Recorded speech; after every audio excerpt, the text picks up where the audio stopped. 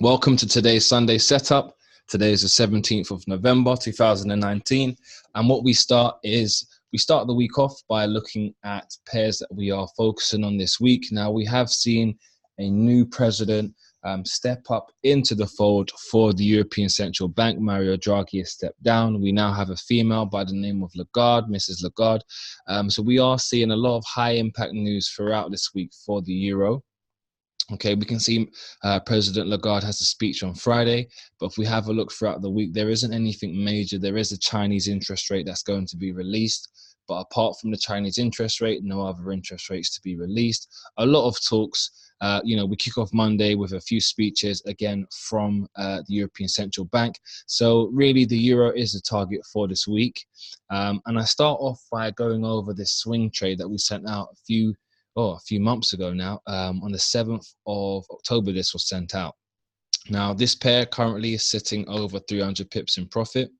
Okay, and we have been able to swing trade this pair. Now, what we have done is we've taken a re-entry around the 73.537 area, and we are looking to go long with this and hold it. My analysis behind that is we've seen lower prices rejected. We've also seen from a monthly chart and even such as a weekly, if you fib this, what we can see is this is acted off of an area being the 62%. So we've seen price hover around that until price has really broken this area and pushed away. So we would like to see these equal highs taken out. Past the equal highs taken out, a bit more liquidity grab towards the top. We can see that this was a nice bearish reversal pattern right in the middle here, and from there we had a nice descent downwards. Now, with that being said, we haven't seen this bearish structure here broken. So until we see this bearish structure broken, we can't assume that price should overcome this area. However, due to the fact that we are 300 pips over in profit, and we are risk free on this pair, we are still holding tight. And we are waiting to see what we can get from this pair in terms of a bullish run. This bearish structure was broken. The next one would be here. And until we see that, we are going to sit tight in this and see what happens. And I will keep you guys informed with this pair along the week if we can catch a re-entry. My next pair will be the Euro NZD. Now, Euro NZD, as you all know, last week we sent out a buy for this to our premium, or we sent this out as a setup as well as a buy. This gave us over 150 pips. Okay, you can see here that whole move was 187 pips. We was able to catch this move, and I hope you guys have now closed out your trade, if not closed out 90% of this trade. Okay, and what this trade is allowed us to do is capitalize in light of the interest rate decision. The New Zealand interest rate pushed the market down, which came into a nice discounted area for us to buy, and so we did. But now what we can see potentially is that the market has come back up to a structure, and it now can potentially continue its bearish formation downwards.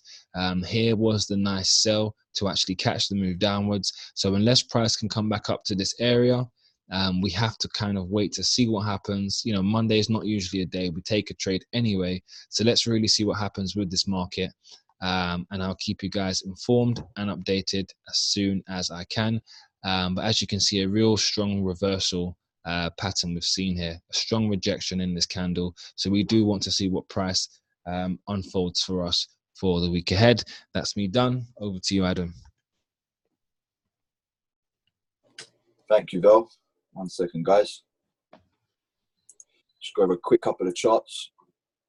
I'm going to start with NZD Swiss franc. I've been going over this one a few times now, guys. As you can see, it's been almost a month now, and I feel like there's an order block at this position here, maybe around the 63,600 area. Something's definitely going on.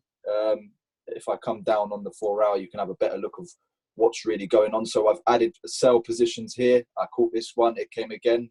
I caught this one. I just want to mention what happened the other day with the New Zealand interest rate. I think Val might have mentioned it. So this was the New Zealand interest rate here. As you can see, things were going well for the sell, and then the interest rate came in. They shot back to the same area, and we get the move again. So obviously, coming up to now, we can see we're getting another push to this area. Will it break it this time? Will it go dip it? The liquidity I'm not sure. I'm waiting to see what's going to happen, and I'll be calling this one again. I am favouring the sell. I've caught so many sells so far, so we're just looking to see what's going to happen in this area. It could come and dip the liquidity, maybe somewhere up here. As you can see, I have an alert. I am looking to add another position on this, and of course, I've mentioned this before, I still favour the sell. The structure is still very bearish, and of course, this massive target down here is what's my key focus around the 56 level. So that is what we'll be looking for on this one. Another one that we took last week, I'll just quickly show you, is the Euro USD.